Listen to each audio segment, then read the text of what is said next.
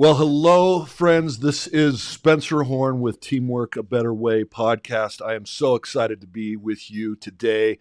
And I am sorry that my illustrious and incredible co-host, Kristin Napier, is not here. A great man of importance, called away on other responsibilities and duties, yet we still have really the most important part of why we're here today, and that is our guest, Kristin Mackey. And I am so excited that you're here because I know you're going to help me carry the show today without Kristin. We're going to do that teamwork. It's a teamwork effort. That's exactly right. I'm really excited to introduce our listeners to you. And today's episode is titled, When Teams Resonate, the Energy Behind High Performance. And so we're really going to be getting into, that's what we talk about on this podcast. We have listeners from all around the world, and they're always looking for ways. How can I get my team to perform better? How can we get improved communication, alignment, all those things that oftentimes teams struggle with. There's so much data that shows teams are struggling around the world. But before we get into that, we want people to know more about you. So will you please indulge me while I introduce our audience to you? Kristin is creator and pioneer of the global phenomenon Frequency Matters, The Energy Advantage. This is a book, and we're going to be talking about this idea of frequency matters today. Very excited about that. She's an expert on conscious leadership through the creative communication modality of emotional resonance. And she introduced this new paradigm in leadership and employee engagement. Manage your particles. I love that. Manage your particles. Frequency matters. And get your particles under control, right?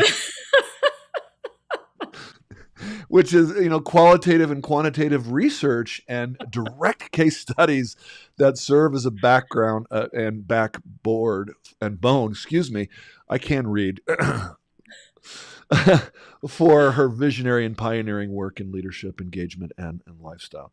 And so she's worked with thousands of people in most industries, right? And so you've identified parallels and insights and then crystallized these ideas into the work that you speak about and write about. And so this is so cool. So this idea of frequency, energy, and power, and embodying conscious mindset for exemplifying the behaviors that really foster this idea of resonance and coherence. And you say you love making complicated concepts enjoyable, and I'm excited to see you in action do that because you like to make them relatable, and that's how people learn and grow. Because otherwise those concepts don't get assimilated or incorporated, do they? Right. So, as I said, you've worked with, I'm only halfway through this, but she has worked with such iconic customers such as Fontainebleau, Miami, the Nemours Foundation, other clients including Hard Rock Casino and Resorts, City of Miami Beach, Lockheed Martin, the Nice Foundation, Lynn University, University of Delaware, Mercury Media, Children's Services Council. You have a great place in your heart for nonprofit organizations, and you've done a lot of work with them. And you've appeared in places like the Balancing Act, Lifetime TV, Empowered Kids TV, On Leadership with Scott Miller, Washington Times, Communities, Find Your Fire with Jim Hewling. You've been in so many different shows, and oh my goodness, you've worked directly with leadership voices like Peter Drucker. How did I not know that? And that's fantastic. And you have served as a keynote speaker for Franklin Covey's Speakers Bureau.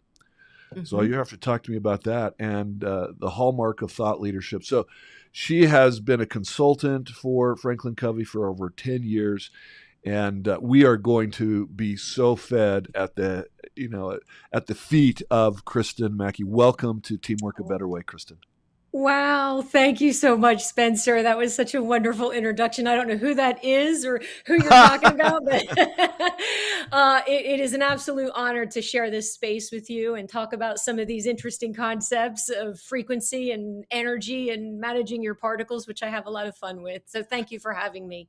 Thank you. I love that idea. Will you just give us what got you into this work? I mean, how did you get started in it? What's your origin story? Tell us about you. And I know you're a Jersey girl now living in Florida, but where did this work come from? It came from just being generally a sensitive person. I was very intuitive, very sensitive, and I was curious.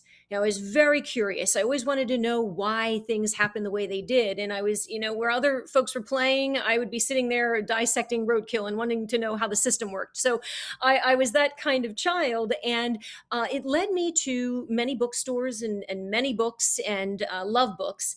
And that journey, I stayed curious and I stayed open. And so I would want to understand how I worked. How do I work? Why am I picking up on certain energies? You go into a room and you feel really great and you feel expansive and you're ready to go. And then you go into other spaces and you feel this feeling of retraction sometimes. And so that led me to ask questions, and the questions asked me to do the research, and the research led me into experiences where I started to then see patterns and parallels. And that is what brought me to quantum physics, or the energy behind what we often experience. And that then led me down the rabbit hole of managing your particles, as you mentioned, which is, subatomic particles, the energy behind everything that we do. So we have a lot of fun with it. We're playful with it. We stay curious, but there is something about the energy of things that underpins when teams really work, and sometimes when they don't work. And so that's what our work is about. So you've done so. I'm curious. How does the energy feel today? I'm putting you on the spot. Oh, it feels great. It's very soothing. You have a very soothing energy. Your particles, Spencer, are very soothing. I feel very grounded, and that's a good thing. I'm glad to hear You're that. very grounding. Yes. I don't know that So very you're many people managing how are my particles? Am I managing my particles? You give me that same feedback. No, absolutely. I'm so glad to have you, and your energy is great. This just brings up a whole question when you talk about quantum physics. I'm so fascinated by the work of Niels Bohr and Werner Heisenberg. The Heisenberg principle. One of the things that I can't ever explain is the Heisenberg principle. Basically, the fact of observing particles or subatomic matter influences their behavior. So basically, the way I understand it is thought influences matter. Is that your understanding? Yes, and I think there's layers to that. The more that I observe and read, we know what it's like when we have a great mindset and our behaviors are where we want them to be, and we feed that space. We sort of experience momentum, positive things happen. But I think there's a layer to it that is fields of energy, or as you put earlier, systems where you can have a really great thoughts, but if you're in an environment that isn't supportive or conducive or positive, sometimes you may get off balance. And that is really another element to our thoughts or things. I love the concept that our thoughts are things, that our thoughts shape our reality. I remember when I used to be a speaker years ago in my 20s, this is back in the day when we had transparencies. I would write down. You got grease pencils and write on those transparencies. Yes, and we would have the marker, and then it would be I just really dated myself. But so interactive. I'm sorry, excuse me. I said that's so interactive. You could let me point out with my grease pencil and.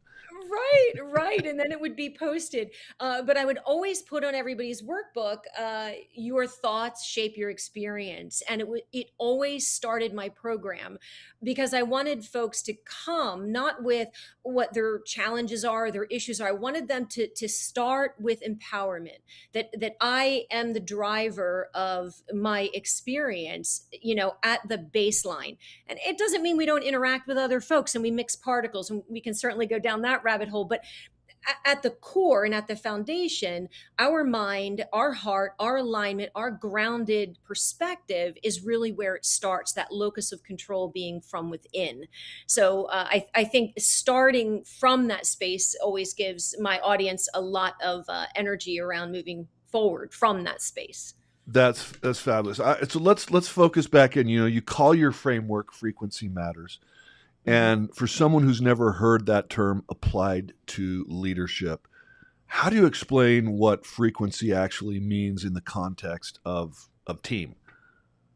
A team. frequency is the byproduct of the collective energy of the team. And when you have individuals separately, they might come to the table with really great energy, a great mindset. But when you put people together, there's a different cocktail that happens. It's just like nature. You throw different ingredients into something and it changes the nature of the whole. So, one of the things that I like to expand upon is that we have to bring great ingredients to whatever it is that we're creating. So, if we're creating a great dynamic team, we want each individual to bring their best self, their mindset to be in the right place, to bring their energy as unique as they are, and then that frequency or that energy becomes sort of a byproduct. It kind of pins back to the 7 habits of highly effective people synergy, where when everyone's really getting along and they're doing really great work, the byproduct is synergy. It becomes easier. The frequency part of that is, what is that individual's person's energy doing? Are they conscious? Are they emotionally intelligent? Are they grounded? Are they paying attention to the people around them? Are they sensitive enough to pick up on the nuances of, the environment that they're in? And all of those things play a role in frequency. And it matters. Yeah, no, pun intended, right? Mm-hmm. I love that. And so, you and I were talking earlier, and I do work with teams as well, with team coaching. And so we call what you're describing frequency the system. And you talk about it as, biological, the whole body as a system. And you use that metaphor to really help the teams that you work with identify how they're working together and the system that or the frequency that they've created. So it sounds like, though, that the work that you do is, let's get everybody's frequency right, and so that then creates harmony when we come together. Is that kind of what you're saying? That is definitely a component of it. As each individual masters themselves, their leadership or their mindset, and they also make the right decisions. Being in the right organization that plays to your strengths, in the role that plays to your strengths, it's aligned with your value system. Those elements that are in alignment bring out the best in a person. I often use the example of, trying to tell someone, you go to a zoo, for example, and you're there's the lion's den, or there's where all the wildcats are, and you ask somebody to walk into that space and then say, okay, now be grounded and manage your particles and feel good. No, that person's frequency is going to be completely deregulated. They're going to be in the lion's den. They're going to feel overwhelmed. They're going to have their guard up, and that also is something to think about when it comes from the leadership perspective of teams. A great leader creates the right environment that is a safe a place for the team to really bring out their best self. And I think that's really an important element. Asking someone to have a regulated nervous system, if they are naturally in an environment that doesn't play to their nature. And here's the piece of it, Spencer, that's really interesting, is that some folks will say, oh, it has to be this way or it has to be that way. And I often say, no, every team is different. Every industry is different. Value systems are different. Cultures are different. The key is to know who you are, align your heart and mind, resonate with your true north. And when you are in that space, you're going to connect with teams that resonate with your value system, and the byproduct is going to be a great frequency. So yes, aligning your energy is the first part of it, but then also making sure you're making great decisions around who you are surrounding yourself with, and if you're in the right place at the right time, with good to great, like that wonderful book, Good to Great. You have to be in the right space to bring out the best. So I mean, I love what you're saying. I love the metaphor of grounded leader going into the lion's den. Can we talk about that for a moment? Because in my experience, that happens a lot with individual work, right? I mean, you get the leader grounded, but then they go back to the culture that exists. And let's say you pull out a lion or two from that den, the other lions are still there. And then you put one of those leaders back, and they kind of get sucked into the behavior of what's going on in the lions. How do you manage that if you're working with people one at a time? Because it seems like that the culture of that lion's den is going to want to survive. It's going to want to survive that leader because they're not compatible. So who's going to win? The one leader that's grounded, or the pride of lions? I mean, is this making sense? Yes, yeah, no, I love this conversation, Spencer, and it is absolutely making sense. It's a challenge that forgive my hair right here. It's I a love challenge your that I hair, often. but it's just, Thank you. It's a challenge that I often try to coach folks with.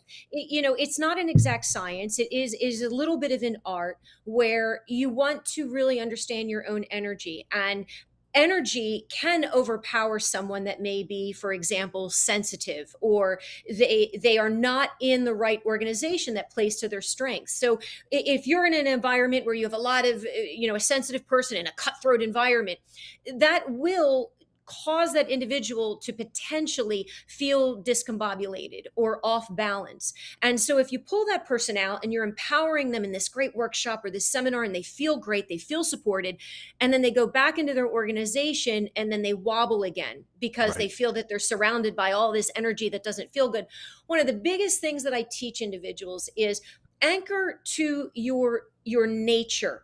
Get clear about what your nature is and learn to master the power of boundaries, master the power of ritual and practices, so that when you feel at the onset that your energy is starting to wobble a little bit, or you're starting to feel yourself triggered a little bit, you don't allow those triggers to override your frontal lobes or your emotional intelligence.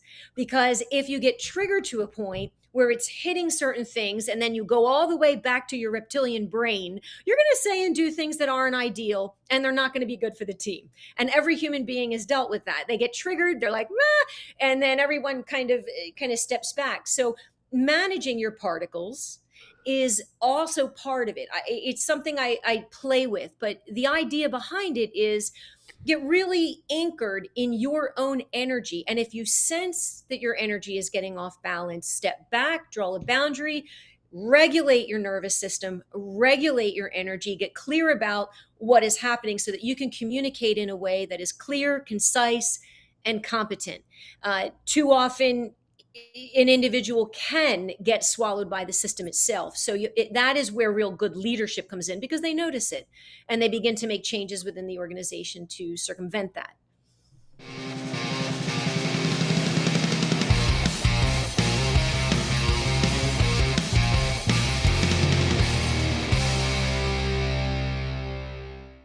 So in this managing of your particles idea, you're teaching people to interrupt their own patterns, right? So you're saying, when you feel that emotional hijack or whatever that's coming on, step back, create the boundary, step away for a moment, interrupt that pattern so that you can get control of those quirks and microscopic. What are those called? Particles. Particles, yes. Subatomic particles. Your electrons and Oh, yeah. whatever. So you get them all under Right. organized again where they're out of control. So Yes.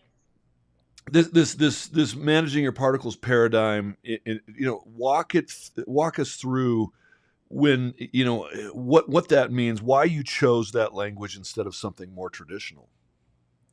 I chose the language managing your particles because I didn't want to say perfect. I think that just adds a sort of insecurity to the space where folks become self-conscious, or they start to second guess who they are and what their position is. Particles are meant to be playful because there's energy. An example is each person has a biosphere. They have an energy around them. And when we interface with other folks, we can feel their energy. Making it particles makes it light. It makes it fun. It's language to allow vast differences to be playful and to be united. There's so many different mindsets and cultures and philosophies and value systems, but we're all human. We're all human, and we're all made of energy, and that energy moves a certain way. And unifying language like manage your particles or your frequency matters, suddenly we're removing unconscious bias. We're removing the you're over there and I'm over here. We're removing the barriers and the things that make folks create filters or judgment about someone else. And when we remove those barriers, we get connection. We get real, genuine connection. And if you're a leader, you get attunement. And from that place, we're able to empower individuals to be influential in their systems, to change policies in their systems, to make proposals that actually can make a difference. If there is, to your point earlier, a system that is so stiff in its previous culture, and you have a few, individuals that want to come in there and change that a little bit. So the particles are a way to bring language that unifies the folks to feel empowered to do that. So That's so helpful. It makes really a lot of sense. Is that you remove the defensiveness to talk about behavior just by creating curiosity, and again that keeps people out of that reptilian brain, as you call it, into more of that curiosity. And when they're curious, then they're open to suggestion about new ways of doing things. And so I think that's a brilliant way to address human nature. You are saying that there's a lot of research that backs your work. What did the data tell you about conventional leadership models that we're missing about, why teams struggle? Some of the things that I was exposed to is the ability for teams to be agile and dynamic at the same time, interface with the various silos in their organization, and also meet the company goals. And so you run into leaders that have a lot of pressure to achieve and meet the company goals.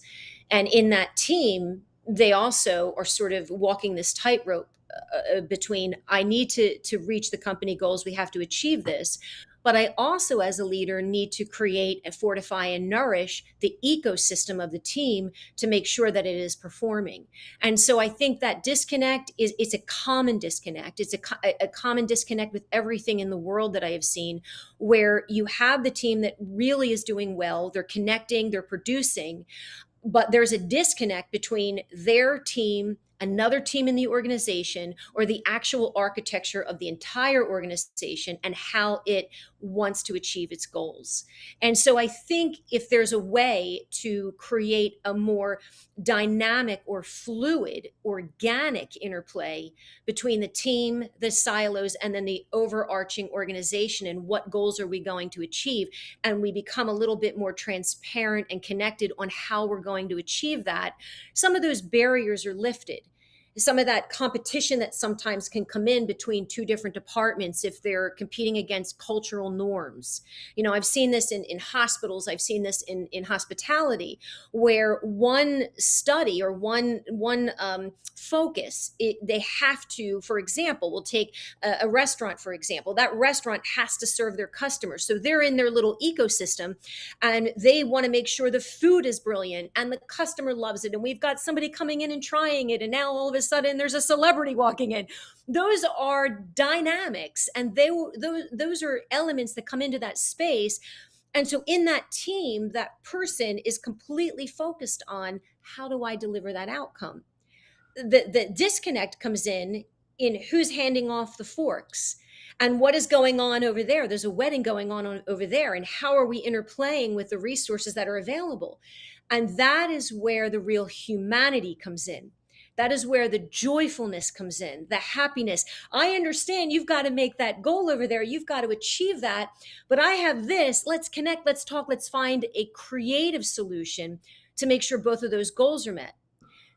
Too often, if somebody is so focused in just their area and they're not looking outside of themselves, that this is actually an ecosystem, then that becomes an ultimate challenge or disconnect for how that overriding executive group wants to achieve their goals.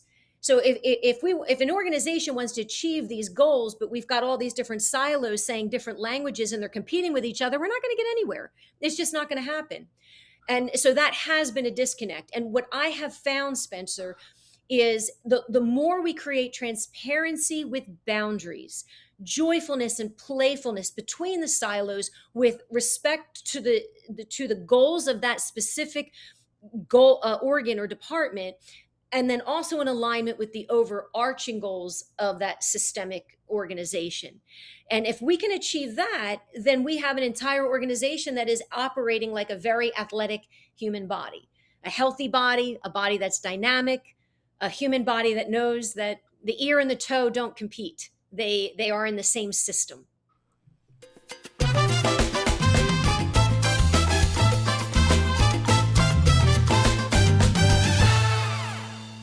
That's for you to take a drink if you want. You can give a little sip. Yes, of course. Thank you. So, there was a lot in what you just talked about, and really rich with information. Some of it I'd love to unpack if I can remember it all. But yes, I am a little bit. No. I can go on a tangent. No, and I'm listening, and I'm like, oh gosh, that's a really good point. I need to remember that. You talk about the pressure to achieve that the manager has. It's extremely apparent that management and leaders at all levels in organizations right now who lead teams are struggling. Mm-hmm. Gallup poll just came out in, I think it was April 9th. Yeah. That reported about manager engagement dropping from 2022 at 31% to last year at 22%. So that's 9% drop. That's a bigger percent of change, but 9 points on the engagement scale, and that's pretty abysmal. 22% engagement for 2025. And there's so many reasons why I think that's happening. You talk about the task. You're working serving in the restaurant, and you've got pressure, and then you've got the celebrity coming in, and most often what that creates is what the father of cognitive psychology, Ulrich Neisser, calls inattentional blindness. I'm so focused on what I'm doing, I'm actually literally blind to the other departments, what they're working on. I can't focus on the wedding over there because I am just delivering here, and I've got my goal that I've got to deal with, and I'm actually unconscious about how I'm showing up to my people because I'm so focused on hitting my numbers. That's that, inattentional blindness that we have because we're so focused on the numbers. That's the consciousness issue that we're talking about, because I become literally blind to everything around me when I am just so pressured. The greater the pressure, and the pressure is enormous. Organizations seem to be flatter than ever before because we live in what's called a Bonnie world, right? Brittle. Oh my gosh, what is the A stands for? I don't know. It's like I'm going blank what it says, but N is nonsensical, and then incomprehensible. I mean, the geopolitics. My client, I work with the number one airline in the world right now in the Middle East, and the geopolitical situation has just destroyed so much of their normal operations. It's enormous, huge pressures just to keep the airline running. And these are very, very real. You add on top of that digital transformation, AI implementation, and organizations are trying to figure out how do we, initially a couple of years ago we thought, oh, AI is going to make us so that we can all communicate better and we can all be more organized. And it's actually making matters worse in my experience. Individually it's helping us be more productive, but in many cases it's actually causing us to be more insular and less collaborative. And so it's actually hurting team performance. And so organizations are trying to figure out how to apply this on top of everything else they have to do. And leaders are in charge of all this rubbish. And so the pressure is just so enormous on them, this pressure to achieve, as you talk about. So conscious leadership is at the center of your work. So how does a leader that is just struggling to get through the day, and then I got to deal with the drama of my people, and then we're telling them that you got to connect and collaborate and know them and know their family, and they're just like, I don't have time and energy space for that. I can't. I can't even deal with my own requirements. Hopefully I'm not putting too much on you, but how do you help them to stay conscious and not just well trained, but actually present in these types of pressure situations? Yes, absolutely. That's a great question. And I think it's very needed today. I am going to go back to sort of the weird language I use with particles and then frequency. And I'm going to say, 3D versus 4D, 5D, five dimensional, right? So in the 3D, we can feel very grounded. For example, if I'm going to have this cup of coffee. But when we're looking at everything that folks are being exposed to, there is an infinite number of things that we are trying to put our attention on. And when we put our attention on so many different things, we're splintering our consciousness. We're splintering our consciousness, and then we're moving our energy into all of these infinite pockets. And when we splinter our consciousness into all of these infinite pockets, it becomes very difficult to ground ourselves and to find out, how am I feeling in that space? So, one of the things that I would recommend leaders do is to see yourself in this world as you're being exposed to infinite possibilities. You're being exposed to infinite choices. No different than we walk into a superstore, we don't put everything in our shopping cart.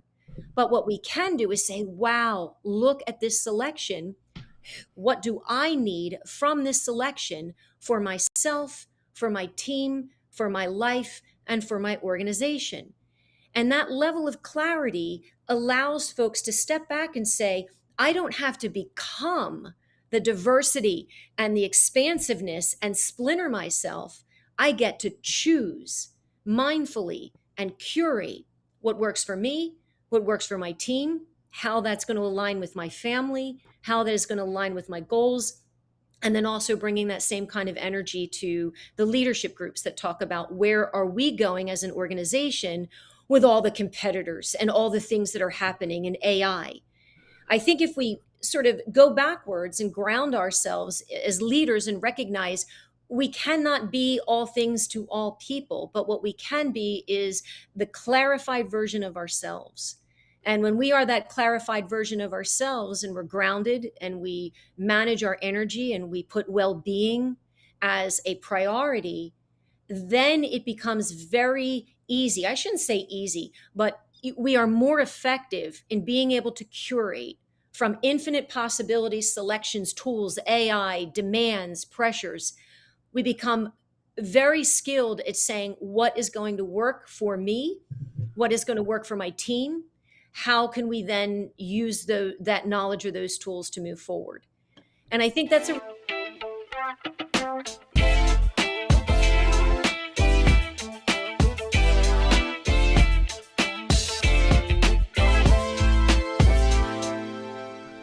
There, I did it to you. So, but that sounds absolutely phenomenal. By the way, the A stands for anxious and Bonnie. Thank you. Anxious, nonsensical, incomprehensible. So it sounds so great. Can you give us some ways that we can start doing that? How do we, what are those behaviors that sustain that coherence and alignment? Of course. Here are a few practical things that a leader or a team member can implement right away. One of the practical things is recognizing energy exchanges, or sort of an energy equation. An example would be when I had my team and we were going through team member engagement. And when you're a 24-hour operation, sometimes that means 3:00 in the morning. So when I recognized as a leader that I was asking my team to perform great things at a certain hour, or to stretch or to pull, I would recognize as a leader that I just pulled energy. How can I replenish that energy back? And so I would then give them a little bit, a day off or some downtime. And it was sort of a deposit back. So if we needed to stretch or sprint or run or do something extraordinary, I was always, as a leader, aware of that energy equation and whether or not that person was being replenished. It's no different than the emotional bank account when you have deposits and withdrawals, or any kind of energy exchange.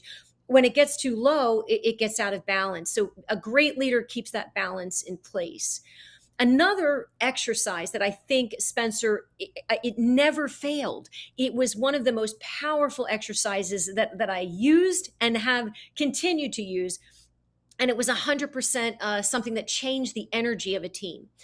It eliminates the filters. It eliminates the unconscious bias. I would get a group together, and I would say, okay, we're gonna do an exercise. We're gonna have a little fun with this. You do have to have a little finesse as a facilitator to manage it, because you are gonna have some folks that are shy, and you need to help them out of their shell a little bit. You're gonna have some folks that are gonna, be very popular or get a lot of feedback. So a good facilitator will manage the energy flow.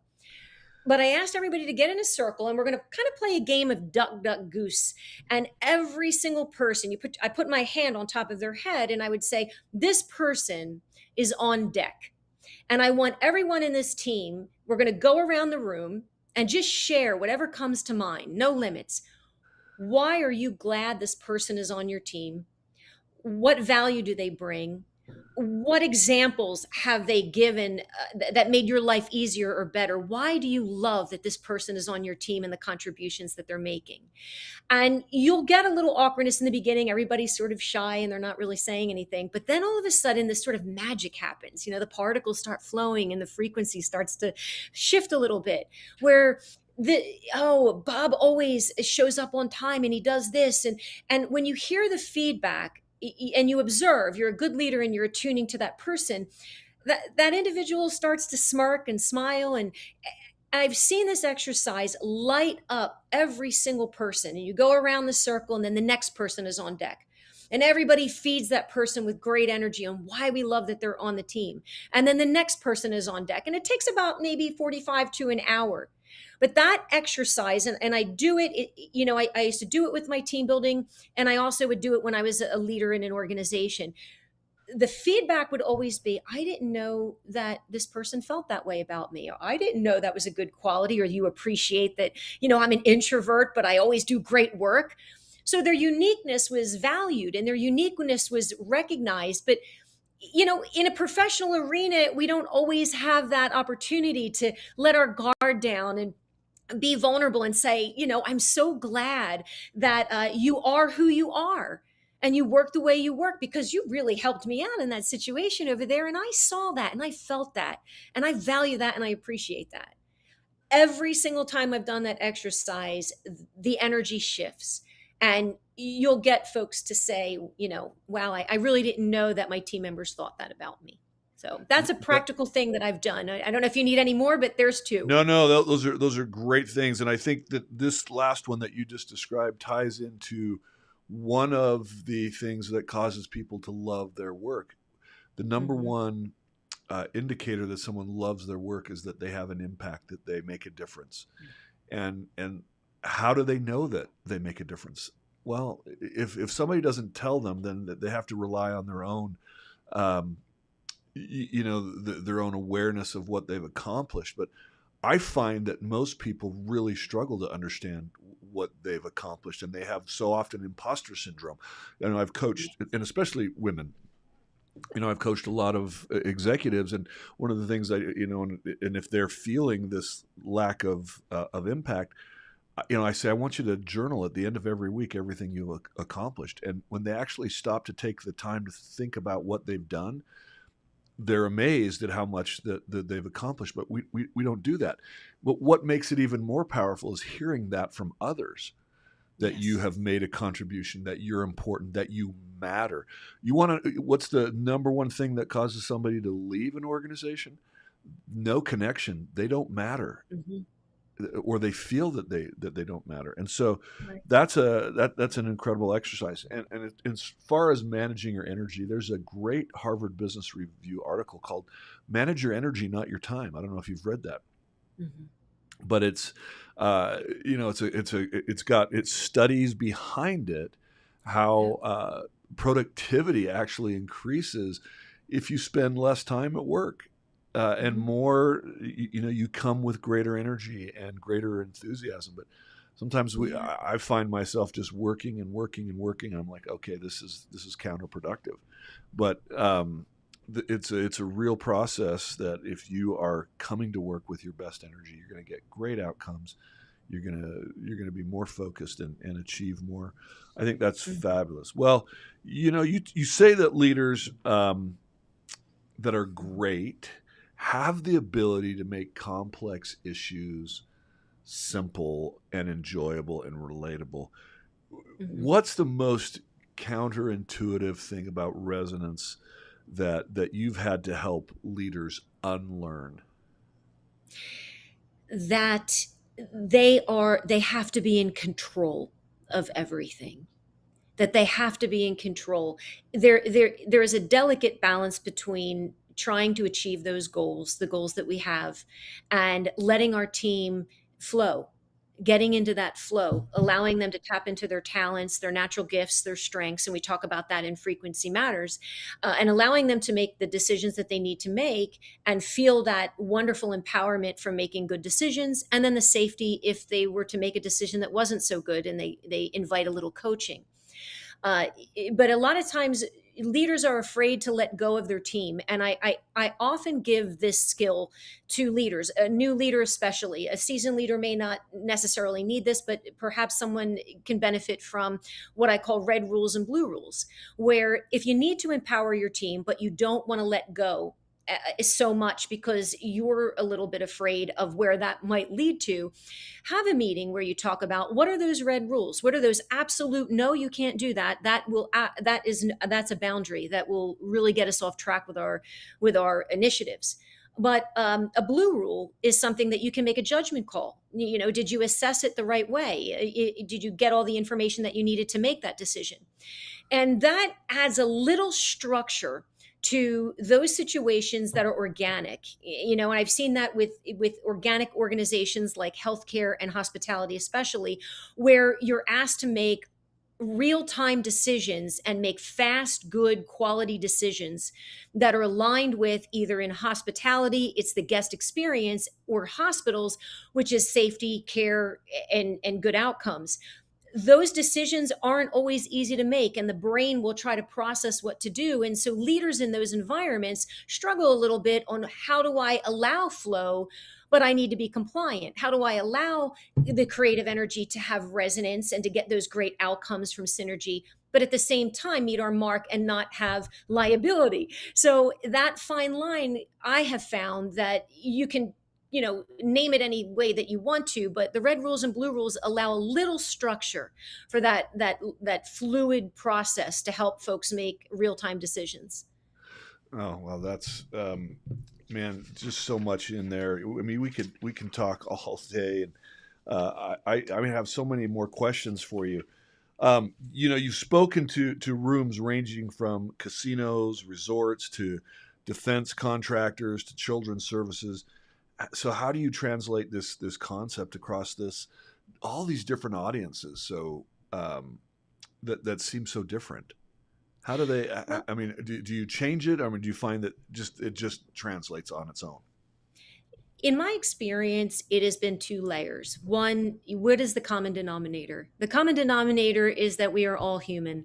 We're all human, and humanity, or human beings, like to connect. They like to feel that they belong. They like a sense of autonomy. They like to play to their strengths, be anchored to their nature, feel loved and seen, contribute, connect. Human beings are the same across the board. How we express ourselves or our value systems, there's differences. And so when we do have those differences, it's really important to recognize that, am I really listening? Am I actively listening to the person in front of me that might be very different than me? Am I mindful of any unconscious bias or filters that I might have? And am I aware of them? If I have to journal them out and see what those filters are, then a great leader would do that. But we are all one humanity, and connection, belonging, fluid connection, that's where we get the great outcomes. We can achieve anything if we work together, and we can achieve anything if we know exactly what our ultimate goals are. And so I really think that the other layer to that is, not only are we all one, but when I would go into a different group, whether it was 2000 or whether it was two or any industry, I would deeply pay attention to the group that I was in front of. And that's where the conscious leadership comes in. Deeply paying attention and looking at the micro expressions of my group, recognizing the interplay of energy, seeing what excites them, seeing what, turns them, down a little bit, where their body is moving. Micro expressions will tell you a lot.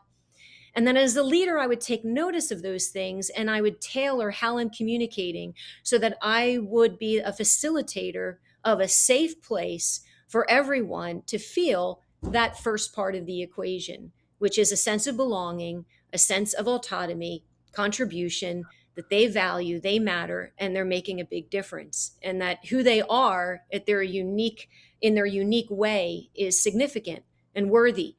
And I think if you can walk that line as a leader between those two poles, where you're deeply connected to the humanity of who is in front of you, and at the same time you're conscious enough to respect, honor the differences that are in front of you, well, that is really that fine line of what I consider to be great leadership. And it's a practice. We're not going to master it, but I love what you said, Spencer, earlier about having a journal. And when you have a journal and you can anchor, it gives you an opportunity to see how your energy is moving, how someone else's energy is moving, and how can we work together to create a great outcome.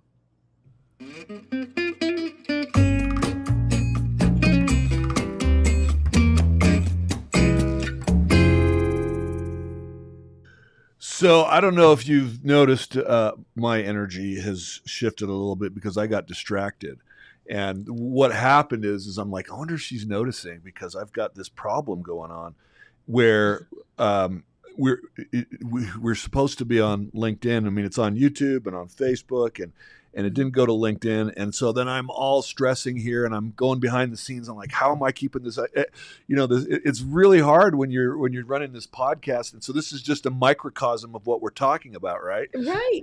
And so I'm like, is she noticing my micro expressions and my energy? Because I've got this problem that I'm trying to deal with, and it's hard to be present when you're thinking about, oh my gosh, this, I'm so disappointed that didn't happen. And so anyway. That's okay. And that's a wonderful example, Spencer, of how sometimes this does happen where, you're looking at the camera or you're looking at the square, and recognizing technology is an added barrier to communication. And it does play a role. It is. And like right now I'm multitasking, right? And so I'm being transparent. Yeah, it's okay.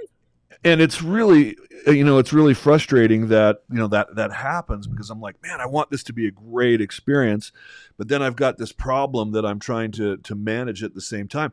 And I think that's daily life in Yes. work. And it's just, it's so real, and it's happening here. And it's funny, I teach all these concepts. I teach the awareness, I teach the consciousness, and I still get hijacked. I still get sucked into it. But here's the good news, if you're listening. Sorry, I got a tickle. Oh, you're good. The hijacks happen less frequently, and I get through them more quickly. Yes. So I assume you're not perfect, and you probably still have episodes, and so it's like, okay, and the problem is now that I'm more aware, because I've learned from Kristin, and then I still get hijacked, or I still become unconscious. That's even worse, because then I'm triggered again. I know better, and I still got hijacked, and so then I got hijacked, and I'm hijacked, and so. No, but the good news is. I said you're human. That is the human experience. Right. So then I got to grab all my particles, put them back together. You got to get your particles in order. No, absolutely. That's another part of it, is that having compassion and empathy for the human experience. What you're trying to accomplish is amazing. What you're doing is incredible. I'm answering your questions. You're handling the entire thing. So we have totally different spaces to occupy right now. I have it easy. You have it hard. So, well, thank you. I just wanted to make this real to our listeners about what really goes on and what we're talking about. Let's a couple more questions, and we get to what I call the lightning round. What's one thing that leaders broadcast to their teams without ever saying a word? Because you just talked about this idea of you're noticing the different audiences, and that. And when I was listening to you, I'm like, wow, you've got to be totally focused and quiet and have no other things that you're concerned about in order to notice, don't you? Yes. And you can, the brain is not very good at multitasking. It No. shouldn't actually multitask. Right. So time blocks are really great. I would find that, okay, this is going to be my, I want to love my team time block, or let's Ah, pull out the I love weeds that. That's of great. our dysfunction time block. So I would This is my outline love all. my team. Now I can focus on loving them. I think that's Right. You great. have to have I love my team time block, because then you're going to give them a splinter, and it'll feel like the particles all over the place, But yeah, Yeah. if we think about what are those things we want to accomplish with our team, and Yeah. we block that time out and actually schedule that, then we can comfortably. Are we going to have those moments where we're splintered? Yes, but we can reduce them if we schedule our time in time blocks. I do it all the time. This is yes. Okay, that's great. Okay, so listen, before we go into the lightning round, I'd love for you to talk a little bit about your book, where people can find it, how people can reach you, if they want to learn more about getting their particles under control, their frequencies aligned and harmonious. How do they get a hold of Kristin? Yes, you can reach me on two different websites. One is KristinMackey.com, and the other one is frequencymatters.org. You will, you did. It's kind of a Frequency Matters workbook that allows you to kind of unpack the particle journey, is on Amazon, and Frequency Matters, be a contributor, not an employee, which actually is sort of a joke, but it's playful, meaning contribute, can also be found on Amazon as well. So that's how you can get in touch with me. And my email address is Kristin@KristinMackey.com. Is that Can You Will You Did a little played on Thoughts or Things? Yes, it is. And I illustrated it. I handmade the whole book. So it's got all kinds of humanity in it, just letting you know. Oh. There are errors in there, but people like it. And there's particles. We actually get into the particles, and there's illustrations on how particles interface, how they get on other people projecting particles. We have a lot of fun with that work. How we're absorbing other people's particles. Yes. They absorb someone's particles. Yes, all of that is in there. It's so true. Our energy is literally catching. I think one of the great experiments about that is what's going on with the World Cup right now in the United States. Mm-hmm. Do you feel the energy that people around the world are feeling about this great country that we live in, and the great freedoms that we have? And I think, for too long we've taken it for granted, and it's so fun to feel their energy, and I think it's energizing us. I love watching foreigners post, and it just makes me fall in love with my country all over again. That's energy, and it's energy that they're infecting us with. Right. Absolutely. And it flows. It becomes contagious. You find that when you're with folks and it's you're resonating and these positive things are happening, you just want to feed more into that, and then the energy expands. Yes, our energy absolutely is contagious. So one of the things that I always say is, I actually have a keynote where I talk about, this concept, and we have a responsibility to be aware of what our energy is, because psychologists say that we infect people up to 3 degrees. So if I have a negativity cold and I give it to you, and then you go and talk to the people that you love, and then that goes and they go and talk to the people they love, that's over 1,000 people potentially that we can infect for good or for bad, just by one interaction. Mm-hmm. And so we have a responsibility, I think, to manage our energy, to manage our particles, because we actually influence constantly people around us. So, all righty, ready for the short questions? Yeah, go for it. Okay, these will be just really quick, one word or one sentence answers. Manage your particles or manage your mindset? Manage your particles. One word that describes a high resonance team? Synergy. Artist first or leader first? Artist first. Keynote stage or boardroom table? Boardroom table. The leadership book that changed how you think? 7 Habits for Highly Effective People.